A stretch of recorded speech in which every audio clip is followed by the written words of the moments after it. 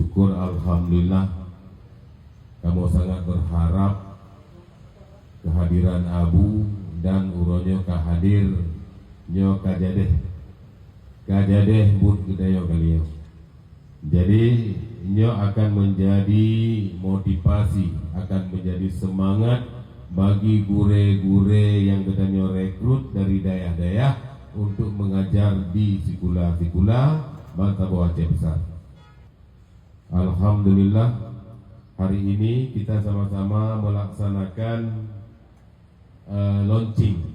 Ini merupakan hari bersejarah cik bagi kita Aceh Besar karena sebelumnya belum ada.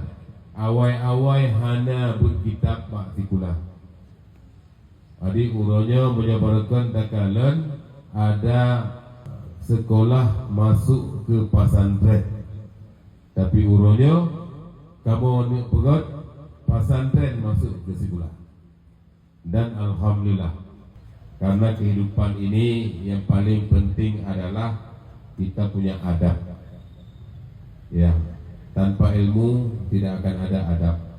Jadi perlu ilmu sehingga lahirlah adab. Maka perlu diajarkan kepada anak-anak kita, generasi kita sekarang ini, supaya mereka 5 tahun ke depan mereka akan jadi pemuda-pemuda yang santun, pemuda-pemuda yang beradab, dan juga pemuda-pemuda yang berilmu, insyaallah.